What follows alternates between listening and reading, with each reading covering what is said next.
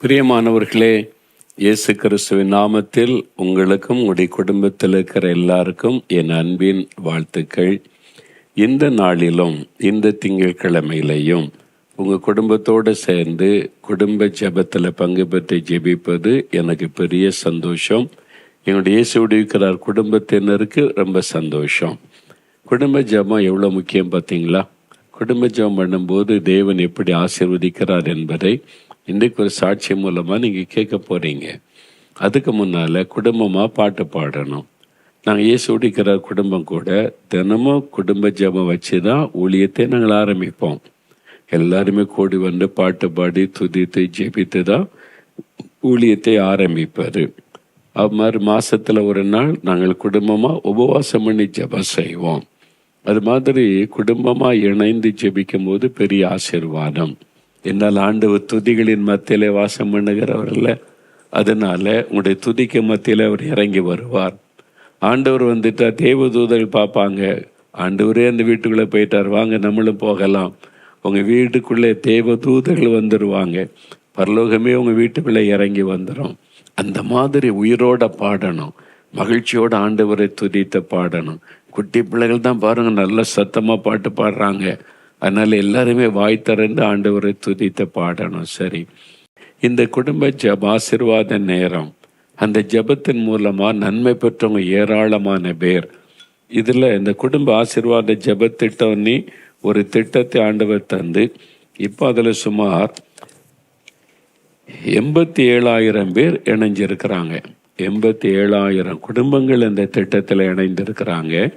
அதில் ஒரு குடும்பத்தார் உமா மகேஸ்வரி அப்படின்ற ஒரு குடும்பத்தார் ஈரோட்டில் இருந்து, அவங்க இந்த குடும்ப ஜெபம் பண்ண ஆரம்பித்த பிறகு அவங்க வீட்டில் என்ன நடந்திருக்கிறது, என்ன ஆசீர்வாதங்களை பெற்றிருக்கிறாங்கன்றதை அவங்க சாட்சியை சொல்ல போகிறாங்க. அதை கவனமாக பாருங்கள். என் பேர் உமா மகேஸ்வரி, என் கணவர் பேர் சிவகுமார். நாங்கள் ஈரோட்டில் இருக்கிறோம். என் கணவர் ரியல் எஸ்டேட் பிஸ்னஸ் பண்ணுறாரு. 20 வருஷத்துக்கு முன்னாடியே ஏசப்பாவை ஏற்றுக்கிட்டோம். ஆனால் சர்ச்சுக்கு போவோம் வருவோம், ஏனாதானு இருப்போம். ஆனால் குடும்ப ஜெபம்லாம் பண்ணணும் செய்யணும் அப்படின்லாம் எங்களுக்கு எதுவுமே தெரியாது. குடும்ப ஜெபம் பண்ணணுமா அப்படின்னு கூட எங்களுக்கு தெரியாமல் இருந்துச்சு. குடும்ப ஜெபம் பண்ணாதனால கணவன் மனைவிக்குள்ளேயும் நல்ல ஒரு அண்டர்ஸ்டாண்டிங் இல்லாமல் எங்களுக்குள்ளே எப்பயும் பிரச்சனையாகவே இருக்கும். நான் சொல்கிறத அவரும் கேட்க மாட்டாங்க, அவங்க சொல்கிறத நானும் கேட்க மாட்டேன். இந்த மாதிரி எங்களுக்குள்ளே ஒரு அண்டர்ஸ்டாண்டிங்கே இல்லாமல் இருந்துச்சு. அடிக்கடி எங்களுக்குள்ளே சமாதானம் இல்லாமல் சண்டையும் வந்துகிட்டே இருந்துச்சு. நாங்கள் இரும்பு கட்டில் பற்ற வச்சுருந்தோம். அந்த பட்டறையில் பார்த்தீங்கன்னா என்னென்னா, வியாபாரிகளுக்கு நாங்கள் அதிகமாக கடன் கொடுத்தனால நாங்களும் கடனாளி ஆகிட்டோம். கடனாளி ஆனனால மறுபடியும் அந்த தொழிலை நாங்கள் எடுத்து நடத்த முடியாத நிலைமை வந்துருச்சு. இதுக்கு என்னன்னா, தேவனுடைய சித்தத்தை நாங்கள் கேட்குறதே இல்லை. எங்களுடைய சொந்த விருப்பம் எங்களுக்கு எது கரெக்டாக இருக்குது அப்படின்னு எங்கள் மனசுக்கு தோணுதோ அதை மட்டும்தான் நாங்கள் செஞ்சுட்டு இருந்தோம். ஆண்டோடைய சித்தத்தை கேட்டு நாங்கள் இதில் எந்த ஒரு காரியமும் செய்யாதனால ஏகப்பட்ட இழப்புகள் ஏகப்பட்ட நஷ்டம் எங்கள் தொழிலை கடைசியாக அதை மூட வேண்டிய நிலைமைக்கு நாங்கள் வந்துட்டோம். தொழிலை அடுத்து நாங்கள் எப்படி ரன் பண்ணுறதுன்னு கூட எங்களுக்கு தெரியாமல் இருந்துச்சு. குடும்ப ஜெபம் பண்ணாததுக்கு முன்னாடி பார்த்திங்கன்னா எங்களுக்குள்ளே ஒரு பெரிய போராட்டம் தான். ஒரு என்னென்ன சூழ்நிலை சொல்லக்கூடாதோ ஒரு மரணத்தின் போராட்டம் வரைக்கும் போயிட்டு வந்தாச்சு. கிட்டத்தட்ட ஒரு பெரிய ஒரு சூசைட் பண்ணுறக்கூடிய தருணம் தான் எங்களுக்கு இருந்தது. கிட்டத்தட்ட ஒரு 50 லட்ச ரூபாய்க்கு மேலே எனக்கு கடன் இருந்தது. இப்படி இருக்கும்போது நாங்கள் சத்தியம் டிவியில் குடும்ப ஆசீர்வாத நேரம் காலையில் 6:30 மணிக்கு பார்த்தோம். அப்போ மோகனையா சொல்லுவாங்க, கிறிஸ்தவ வாழ்க்கைக்கு குடும்ப ஜெபங்கிறது ரொம்ப முக்கியம் அப்படின்னு சொல்லுவாங்க. இந்த குடும்ப ஆசீர்வாத நேர ஜெபமே உங்கள் குடும்பத்தை ஆண்டவர் நேசிக்கிறதுனால தான் ஏற்படுத்தி இருக்கிறாங்க. நீங்கள் குடும்பமாக சேர்ந்து ஜெபிக்கும் போது உங்களுடைய குடும்பத்தில் தேவனுடைய பாதுகாப்பு உண்டாயிருக்கும், கர்த்தருடைய ஆசீர்வாதம் உண்டாயிருக்கும். உங்கள் குடும்பம் ஆசீர்வதிக்கப்படணுமானால் ஜெபம் அதற்கு அவசியம். நீங்கள் குடும்பமாக ஜெபிக்கும் போது தான் அந்த அற்புதம் ஆசீர்வாதத்தை பெற்றுக்கொள்ள முடியும். நாங்களே எங்களை ஒப்பு கொடுத்து தாழ்த்தினோம். நம்மளும் குடும்ப ஜெபம் பண்ணணும் அப்படின்னு சொல்லிட்டு டெய்லியும் இரவு 9:30 மணிலேருந்து 10:30 மணி வரையும் நாங்கள் 1 மணி நேரம் குடும்ப ஜெபம் தொடர்ந்து நாங்கள் பண்ணிகிட்டே வந்தோம். அதில் 3 பாட்டு பாடுவோம்.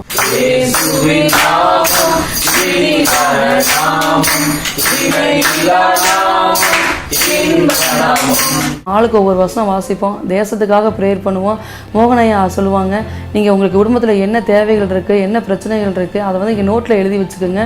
நோட்டில் எழுதி வச்சு எல்லாரும் கை வச்சு ப்ரேயர் பண்ணுங்க அப்படின்னு சொல்லுவாங்க. உங்கள் ஜெப குறிப்பெல்லாம் நீங்கள் ப்ரேயர் டைரியில் எழுதியிருக்கிறீங்களா? முன்னால் வச்சுருங்க. அந்த ஜெப குறிப்பை எடுத்து முன்னால் வைத்து கொள்ளுங்க. உங்களுடைய தேவை என்ன, சுகம், பிள்ளைகளுடைய படிப்பு, காரியம், கடன் பிரச்சனை மாறின எல்லாம் எழுதி ஜெப குறிப்பை முன்னால் வச்சுருங்க. குடும்பமாக எல்லாரும் சேர்ந்து முழங்கால் படிட்டு ஒரு மனமாக ஜெபிக்கணும்.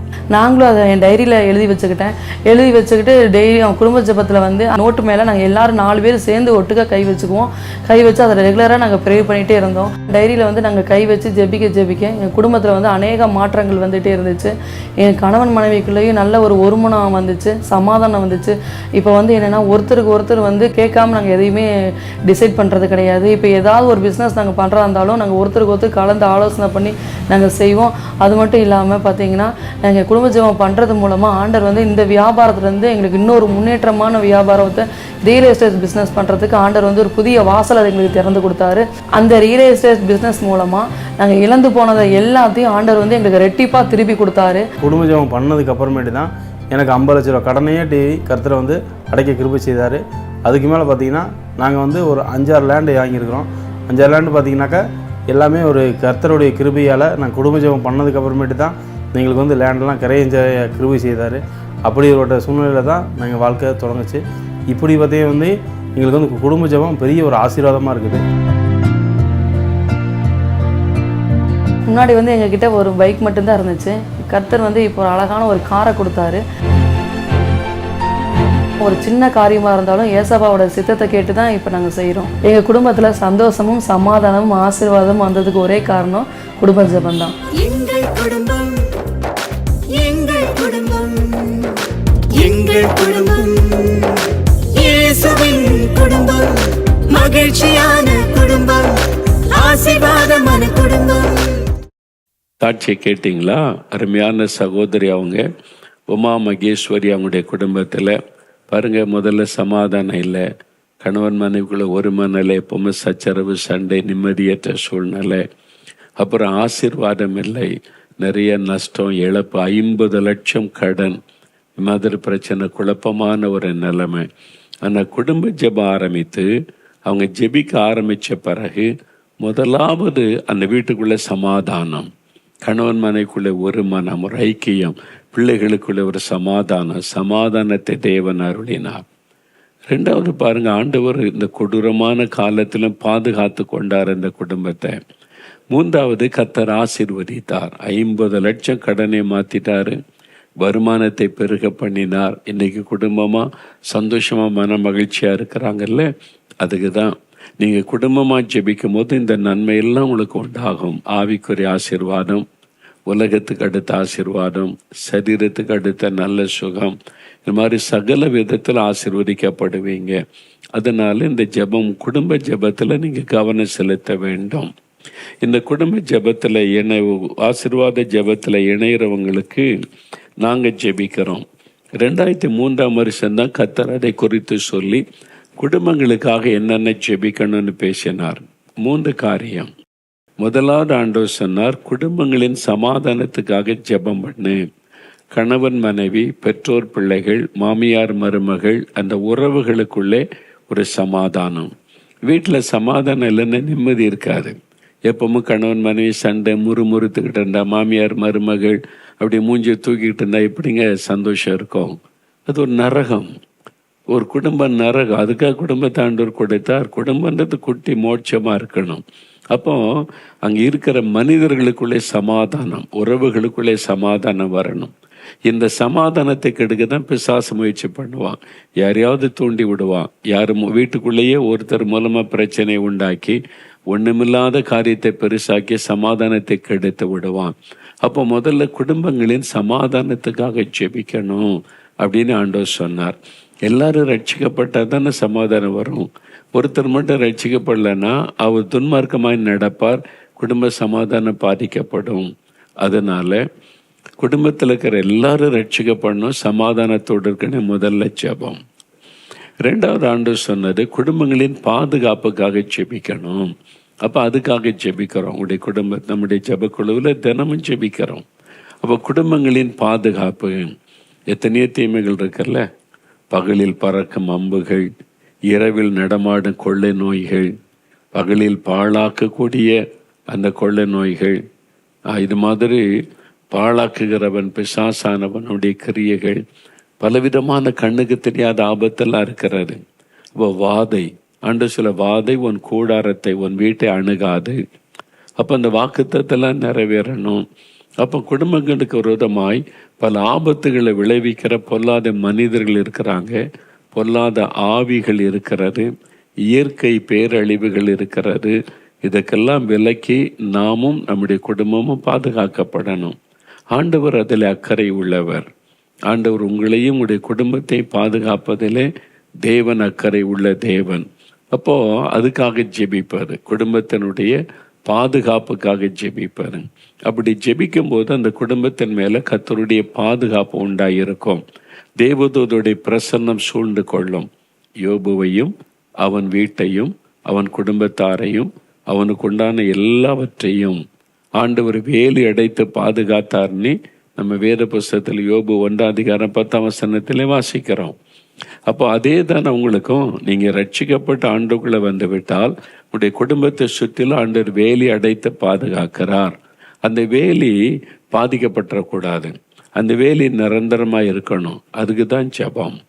நீங்கள் ஒழுங்காக ஜெபிக்கலை, வேதம் வாசிக்கலை, கர்த்தரை தேடலைன்னா அந்த வேலியில் திறப்பு விழுந்துரும், பிசாசு உள்ள நுழைஞ்சிருவான். அதனால தான் அந்த வேலியை பாதுகாத்து கொள்ள வேண்டிய பொறுப்பு உங்களுடையது. ஆண்டவர் வேலி அடைத்து பாதுகாக்கிறார். அப்போ தீமைகள், கொள்ளை நோய்கள், பிசாசின் கிரியைகள், மந்திரவாதங்கள் எதுவும் குடும்பத்தை சேதப்படுத்தாதபடி கர்த்தர் பாதுகாக்கிறவர். அந்த பாதுகாப்புக்காக ஜெபம் பண்ணுங்க என்று கர்த்தர் சொன்னார். அப்போ குடும்பத்தின் சமாதானம், ரெண்டாவது குடும்பத்தின் பாதுகாப்பு, மூன்றாவது குடும்பத்தின் ஆசீர்வாதம். அப்போ என்ன ஆசீர்வாதம் வேணும்? சில குடும்பத்தில் வேலை இல்லை, வருமானம் இல்லை, அந்த ஆசீர்வாதம் வேணும். சில குடும்பத்தில் கற்பத்தின் ஆசீர்வாதம், குழந்தை இல்லை, அந்த ஆசீர்வாதம் வேணும். சில குடும்பத்தில் வறுமை, வேதனை, பொழுது பண கஷ்டம், இந்த நிலைமை மாறி ஒரு ஆசீர்வாதமான வாழ்க்கை செய்யணும். இப்படி சில குடும்பத்தில் நஷ்டங்கள், இழப்புகள், அதனால் உண்டாகிற பாதிப்புகள், ஆண்டவர் அதையெல்லாம் மாற்றி ஆசீர்வதிக்கணும். இப்படி பலவிதமான காரியங்களில் ஆசீர்வாத குறைவுகள் காணப்படலாம். ஆண்டவர் சொன்னது 3 காரியம். ஒன்று, குடும்பத்தின் சமாதானத்துக்காக ஜெபிங்க.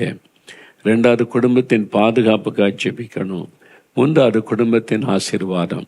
அப்போ இந்த 3 காரியத்துக்கு தான் குடும்பங்களுக்காக நாங்கள் ஜெபிக்கிறோம். இதுதான் ஆண்டவர் எனக்கு சொன்ன காரியம். குடும்பங்களை பிசாசு தாக்கப்போ அதிகமாக முயற்சி பண்ணுறான். இந்த 3 காரியத்தை ஃபோக்கஸ் பண்ணி ஜெபிங்கன்னு சொல்லி நம்முடைய ஜெபக்குழுவில் தொடர்ந்து ஜெபம் நடைபெறுகிறது. நீங்கள் இந்த ஃபெலோஷிப்பில் இணைஞ்சிருக்கிறீங்களா? குடும்ப ஆசீர்வாத ஜெப திட்டத்தில் இணையலைன்னு சொன்னால் நீங்கள் எங்களுக்கு தெரியப்படுத்தணும். என் குடும்பத்துக்காகவும் ஜெபிக்கணும், எங்கள் ஃபேமிலிக்காகவும் ஜெபம் பண்ணுங்க அப்படின்னா அந்த திட்டத்தில் நீங்கள் சேரணும். திட்டத்தில் சேருவதற்கு காணிக்கை கிடையாது, கட்டணம் கிடையாது, இலவசம்தான். உங்களுக்காக குடும்பத்துக்காக ஜெபிக்க போகிறோம், இலவசமாக நீங்கள் இந்த திட்டத்தில் சேர்ந்து கொள்ளலாம். எந்த காணிக்கையும் கொடுக்க தேவையில்லை, அதுக்குன்னு கட்டணம் செலுத்த தேவையில்லை. ஆனால் ஒரே ஒரு கண்டிஷன் ஆண்டவர் சொல்லியிருக்கிறாரு, நீங்கள் குடும்பமாக ஜெபிக்கணும். தினம் ஒரு 20 நிமிஷம்தான். ஒரு 2 பாட்டு பாடுங்க, ஆளுக்கு 5 வசனம் வாசிங்க, ஒருவர் ஜெபம் பண்ணுங்க. அப்புறம் வாரத்தில் ஒரு நாள் உபவாசம் பண்ணி ஜெபிக்கும் போது எல்லாருமே ஜெபம் பண்ணுங்க. தினம் ஒவ்வொருத்தரை ஜெபிக்க சொல்லுங்க. தியான புஸ்தகம் இருந்தால் ஒரு தியான புஸ்தகத்தை வாசிங்க. இப்போ அது மாதிரி நீங்கள் குடும்ப ஜெபத்தை நீங்கள் சின்சியராக தொடர்ந்து செய்யணும். அப்போது அது மாதிரி உங்களுடைய ஜெப குறிப்புகள், கடன் பிரச்சனை, பிள்ளைகள் காரியம், படிப்பு, அதில் ஒரு டைரியில் ப்ரேயர் டேயில் எழுதி வைத்து நீங்கள் தினம் ஆண்டோடைய பாத்திரம் வைத்து குடும்பமாக ஜெபிச்சு பாருங்கள், என்ன நடக்குன்னு பாருங்கள். நிறைய குடும்பம் ஆசீர்வதிக்கப்பட்டிருக்காங்க. நம்ம தான் ஆசீர்வாத தடையாக இருக்கிறோம். ஒரு 20 நிமிஷம் உங்களால் ஜெபிக்க முடியாதா? ஆண்டவருக்கு டைம் கொடுக்க முடியாதா? பிசாசு அதை தடுக்க முயற்சி பண்ணுறான். 4 நாள் ஜெபிச்சு 5ஆம் நாள் பிரச்சனை வருதுன்னு குடும்ப ஜெபத்தை நிறுத்திடுவாங்க. சாத்தானுக்கு தெரியும், நீங்கள் தொடர்ந்து ஜெபிச்சா நீங்கள் ஆசீர்வதிக்கப்பட்டுருவீங்கன்னு. விடாதங்க. சாத்தானே உன்னை கடிந்து கொள்கிறான். ஜெபத்தை தடுக்கிற பிசாசை கடிந்து கொள்கிறான். ஒரு மனதை கெடுக்கிற பிசாசை கடிந்து கொள்கிறான். ஜெபத்தை விட மாட்டோம்னு ஜெபிச்சு பாருங்க, பிசாசு உங்கள் வீட்டு எல்லைக்குள்ளே வர மாட்டான். அப்புறம் மாற்றம் வர ஆரம்பிச்சிடும். அதனால் ஜெபிக்கணும். நீங்கள் இது மாதிரி இந்த திட்டத்தில் இணைய விரும்பினா எங்களோட தொடர்பு கொள்ளுங்கள். ஃபோன் நம்பரில், இமெயிலில் அந்த நம்பருக்கெல்லாம் தொடர்பு கொண்டு குடும்ப ஆசீர்வாத ஜெப திட்டத்தில் எங்களுடைய குடும்பத்தை இணைக்க விரும்புகிறேன், நாங்களும் குடும்பமாக ஜெபிக்கிறோம் அப்படின்னு ஒப்பு கொடுத்தீங்கன்னா இந்த மாதிரி ஒரு ஃபார்ம் அனுப்புவாங்க. இந்த மஞ்சள் கலரில் இதுக்குள்ள 3 காரியம் இருக்கிறது. ஒன்று, இந்த குடும்ப ஆசீர்வாத ஜெபம், அதனுடைய விவரம் இருக்கும். குடும்ப ஆசீர்வாத ஜெபம் ஆண்டவர் கொடுத்த திட்டம், நீங்கள் என்னென்ன காரியத்துக்கு ஜெபிக்கணும் அந்த விவரம்லாம் அதில் இருக்கும். இதை வாசித்து நீங்கள் அறிந்து கொண்டு நீங்கள் குடும்பத்துக்காக ஜெபிக்கலாம். 2வது, இப்படி ஒரு ஃபார்ம் இருக்கும். அந்த ஃபார்மை நீங்கள் ஃபில்லப் பண்ணி அனுப்பணும். இந்த மாதிரி ஒரு ஃபார்ம் இருக்கும். அதில் உங்களுடைய பெயர், முகவரியை தெளிவாக எழுதி, குடும்பத்தின் விவரங்களை எழுதி, பின்னால் உங்களுடைய ஃபேமிலி ஃபோட்டோ ஒட்டலாம். குடும்ப படம் ஒன்றை ஒட்டி எங்களுக்கு அனுப்பலாம். சிலர் சொன்னாங்க, இதுவரை நாங்கள் குடும்ப ஃபோட்டோவே எடுத்ததில்லை, இந்த ஃபார்மை வச்சு தான் குடும்பமாக நாங்கள் ஃபோட்டோ எடுத்துக்க பிரதர்ன்னு சொல்லி. ஒரு ஃபேமிலியாக ஒரு ஃபோட்டோ கூட எடுத்ததில்லை. யார் யார் கூட போய் நின்று எடுக்கிறீங்க செல்ஃபின்னு. குடும்பத்தில் உள்ளவங்களோட சேர்ந்து பார்த்திங்களா ஃபோட்டோ எடுத்து அனுப்புகிறாங்க. ஜெப குறிப்புகள், முக்கியமான ஜெப குறிப்பு உங்களுக்கு ஜெபிக்கணும், அதில் எழுதி இதுக்குள்ளே நாங்கள் ஒரு ஃபார்ம் வச்சுருக்கிறோம். ஒரு கவர், ப்ரௌன் கலரில் இப்படி ஒரு கவர் இருக்கும். இதுக்குள்ளே இப்படி 2ஆக மடித்து அப்படியே வச்சா போதும். அதுக்கு மேலே மடி கூட கரெக்டாக வச்சு ₹5 ஸ்டாம்பு ஒட்டி அனுப்பணும். நீங்கள் போஸ்ட் ஆஃபீஸில் போய் ஸ்டாம்பு வாங்கி ஒட்டி அனுப்பிட்டீங்கன்னா எங்கள்கிட்ட சேர்ந்துடும். அதன் பிறகு உங்களுக்கு இந்த குடும்ப ஆசீர்வாத ஜெபத்தை பற்றின ஒரு பேம்ப்லெட் அனுப்புவோம். நீங்கள் எப்படி ஜெபிக்கணும், என்னென்ன வசனத்தெல்லாம் சொல்லி ஜெபிக்கணும்னு. அப்புறம் தினம் உங்களுக்காக இங்கே ஜெபக்குழுவில் நாங்கள் ஜெபம் செய்வோம். அப்போ நீங்களும் ஜெபிக்கிறீங்க, நாங்களும் உங்களுக்காக ஜெபிக்கிறோம். தேவனுடைய பிரசன்னமும் பாதுகாப்பு உங்களோட கூட இருக்கும். திங்கட்கிழமை தோறும் இந்த மாதிரி காலையில் 6:30 மணிக்கு குடும்பமாக உங்கள் ஃபேமிலியில் எல்லாரையும் உட்கார வச்சு உங்களோட சேர்ந்து நாங்களும் ஜெபிக்க ஒரு வாய்ப்பு கொடுங்க. தவறாமல் பங்கு பெறுங்க. இப்போ நம்ம ஜெபிக்கலாமா? அந்த உமா மகேஸ்வரி சிஸ்டருடைய குடும்பத்தில் கடன் எல்லாம் அடைச்சாரு, பிஸ்னஸ் ஆசீர்வதித்தாரு, சமாதானம் கொடுத்தாரு, எவ்வளோ நல்லா இருக்காங்க. அதே மாதிரி உங்களுடைய குடும்பம் ஆசீர்வதிக்கப்பட உங்களுடைய ஜெப குறிப்புகளை ஆண்டவருடைய பாதத்தில் வைங்க. இப்போ நம்ம ஜெபிக்க போகிறோம். ஆண்டவருடைய பாதத்தில் வைத்து குடும்பமாக நீங்கள் கை வைத்து ஜெபிக்கணும். இந்த காரியத்தை நிறைவேற்றி கொடுங்க. கடன் பிரச்சனையை மாற்றுங்க. எங்கள் வீட்டுக்குள்ளே சமாதானம் வரணும். எங்கள் குடும்பத்தின் மேல் நம்முடைய பாதுகாப்பு இருக்கணும். கர்த்தருடைய ஆசீர்வாதம் இருக்கணும்னு இப்போ ஜெபிக்க போகிறோம். முதல்ல உங்கள் குடும்பத்துக்காக ஆண்டவரை ஸ்தோத்திரம் பண்ணுங்க. இம்மட்டும் கர்த்தர் பாதுகாத்து நடத்தினாரே, ஆண்டவரே எங்கள் குடும்பத்துக்காக ஸ்தோத்திரம், எங்கள் கூட நீங்கள் இருக்கிறதற்காக ஸ்தோத்திரம், எங்களை பாதுகாத்து நடத்துகிறதற்காக ஸ்தோத்திரம், குடும்பமாய் ஜெபிக்க இந்த வாய்ப்பை தந்ததற்காக ஸ்தோத்திரம்னு துதிங்க. ஆண்டவரே எங்கள் குடும்பத்தில் நீங்கள் சொன்ன மாதிரி சமாதானம் இருக்கணும். எங்கள் குடும்பத்தில் இன்னும் ரட்சிக்கப்படாதவங்க ரட்சிக்கப்படணும். இன்னும் பாவத்தில் இருக்கிறவங்க மனம் திரும்பி ரட்சிக்கப்பட்டு அபிஷேகம் பெற்று குடும்ப ஜெபத்தில் தவறாமல் பங்கு பெறணும். எங்கள் வீட்டில் எல்லாருமே குடும்ப ஜெபத்தில் பங்கு பெறும்படி எல்லாரையும் ரட்சித்து சமாதானத்தை அருளி ஆசீர்வதியும். என் வீட்டுக்குள்ளே சமாதானத்தை கெடுக்கிற ஆவிகளை கடிந்து கொள்கிறோம். முறுமுறுப்பை உண்டாக்குகிற, சந்தேகத்தை உண்டாக்குகிற, சமாதானத்தை கெடுக்கிற பிசாசின் கிரியைகள் விலகட்டும். உங்களுடைய ரத்தத்துக்குள்ளே எங்களுடைய குடும்பத்தை ஒப்பு கொடுக்கிறோம். ஆண்டவரே குடும்பத்தை பாதுகாத்து கொள்ளுங்க. எங்களையும் எங்களுடைய பிள்ளைகளை எல்லாம் நீங்கள் பாதுகாக்கணும். சின்ன வியாதி கூட வரக்கூடாது. நோய் கிருமிகள் வீட்டுக்குள்ளே எங்களை தொடக்கூடாது. கொள்ள நோய்கள் வரக்கூடாது. உங்களுடைய பாதுகாப்பு உண்டாயிருக்கட்டும்.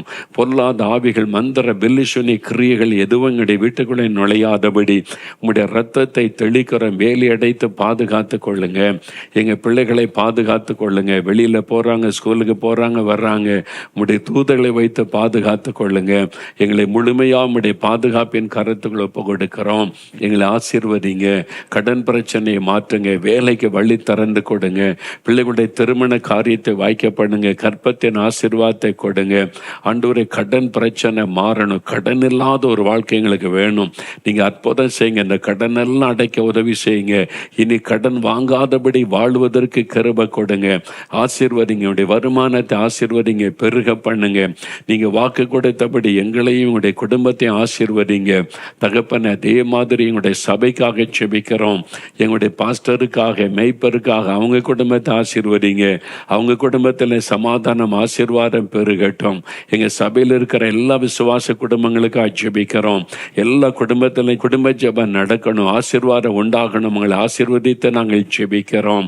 எங்க தெருவில் இருக்கிற எல்லா குடும்பத்துக்காக ஜெபிக்கிறோம். எங்க ஊர்ல இருக்கிற குடும்பங்களுக்காக ஜெபிக்கிறோம்.